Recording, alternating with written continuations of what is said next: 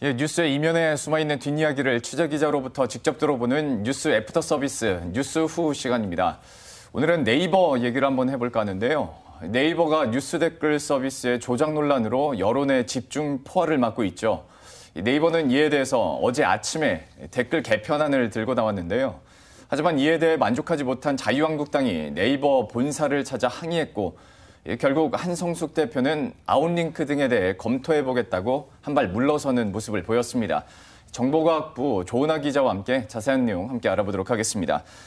네이버의 뉴스 댓글 같은 경우에 어제 오늘 있었던 일은 아니고 계속 논란이 돼 왔었는데 이번에 좀 드루킹 사태와 관련해서 폭발을 한 것 같아요. 지금까지 현 상황부터 한번 정리를 해주시겠어요? 네, 이번 사건의 댓글론의 촉매제가 된 그 드루킹 사태에 대해서는 수사가 계속되면서 드루킹 댓글 조작에 대한 동원된 아이디가 614개에 달한다라는 것이 확인됐습니다. 이 동원된 아이디랑 매크로가 먹히는 이런 댓글 시스템이 문제를 키운 셈인데요. 네이버는 2004년에 댓글 시스템을 처음 도입한 이후에 이용자 반응에 따라서 꾸준히 댓글 시스템을 변경해 왔습니다. 이번 개편도 이런 연장선상에 있었다고 볼 수 있습니다. 근데 문제를 해결하기 위한 시도긴 했는데 이게 역시 미봉책이었다 이런 비판의 목소리가 나오고 있습니다.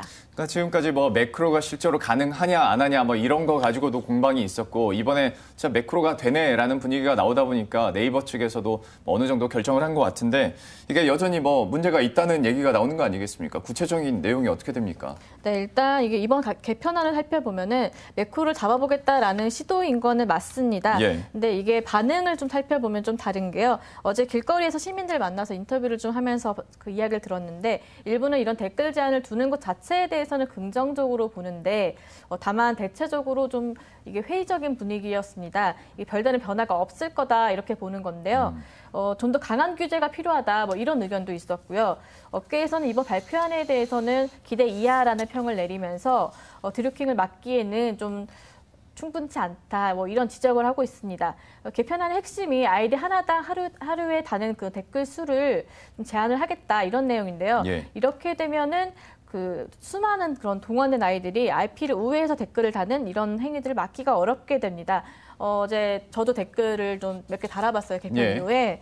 근데 테스트를 좀 해보니까 공감이랑 비공감 버튼을 몇 개 안 눌렀는데도 이제 금방 또 10초 이후에 눌러라 이런 팝업창이 뜨더라고요. 네. 그리고 댓글도 역시 몇 개 안 달았는데 바로 이제 3개가 넘어가니까 팝업창 뜨면서 못 달게 되는 이런 게 좀 번거로운 거 봐서는 일반 이용자에게는 오히려 불편한 그런 변경안이 아니었나 싶습니다. 그러니까 그냥 일반 이용자한테는 불편해지는데 막상 매크로를 이용해서는 여전히 침투가 가능한 빈 공간이 있다는 건데 그래서 좀 계속 좀 비판들이 나오고 있는 것 같고요. 사실 뉴스 댓글 같은 경우에 이제 양대 포털이다 보니까 네이버도 그렇겠지만 카카오의 이제 다음 얘기도 해봐야 될 것 같은데 다음의 경우는 좀 분위기가 어떻습니까? 카카오보다 사실 네이버가 좀 이용자가 더 많다 보니까 예. 문제점이 좀 더 부각된 그런 영향이 있었던 것 같긴 한데요. 일단은 카카오는 네이버보다는 댓글 제한을 두는 이런 규제에 있어서는 좀 더 강한 모습을 보이고 있습니다. 다음 포털 다음 같은 경우는 이번 달 중순부터 동일한 댓글을 반복해서 다는 이런 아이디 같은 경우에 2시간 동안 댓글 작성을 못하게 막고 있습니다. 한 아이디가 같은 댓글을 반복해서 달 경우에 문자 인증 보안 기술인 캡차를 적용을 해서 정말 사람이 댓글을 다는 건지 아니면 매크로 같은 프로그램이 다는 건지 이런 걸 가려내는 건데요.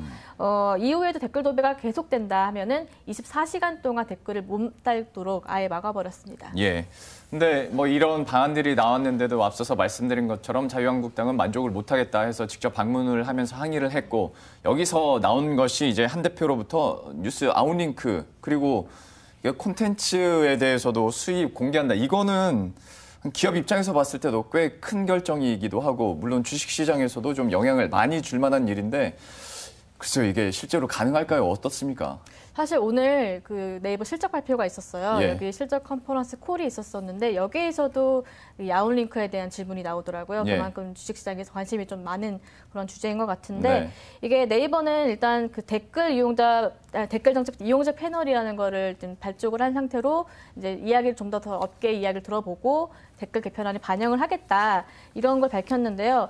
이게 어제 나온 그 개편안에서는 댓글 정리할 방식이라든가 소셜 계정의 댓글 작성 문제, 뭐 개인별 블라인드 기능 신설 이 정도의 문제만 언급했을 뿐 아웃링크라든가 업계에서 요구하는 이런 것들은 반영이 안 된 상태였거든요. 근데 이게 어제 자유한국당이 방문을 하면서 아웃링크도 검토하겠다. 예. 한성수 대표가 발표를 하는 바람에 이제 논의가 좀 더 확대된 게 아닌가라는 기대가 있는 건데요. 네이버 측은 아까 컨퍼런스 콜에서도 얘기가 나왔는데 이 아웃링크 제안에 대해서 열린 자세로 타당성을 살펴보고 있다라고 하면서 언론사와 유관기관들과 협의를 해서 다각도로 논의하겠다라고 말을 했고요. 일단 아웃링크에 대한 요구가 좀 거센 만큼 언론사와 협의가 좀 더 이루어지지 않을까 싶고요. 이해관계가 복잡한 문제라 좀 더 논의를 위한 공론장이 만들어내지 않을까 싶습니다. 댓글 관련해서 두 포털 사이트의 문제점들 그리고 이슈가 되고 있는 점들 정리를 해드렸습니다. 지금까지 조은하 기자와 함께했습니다. 고맙습니다.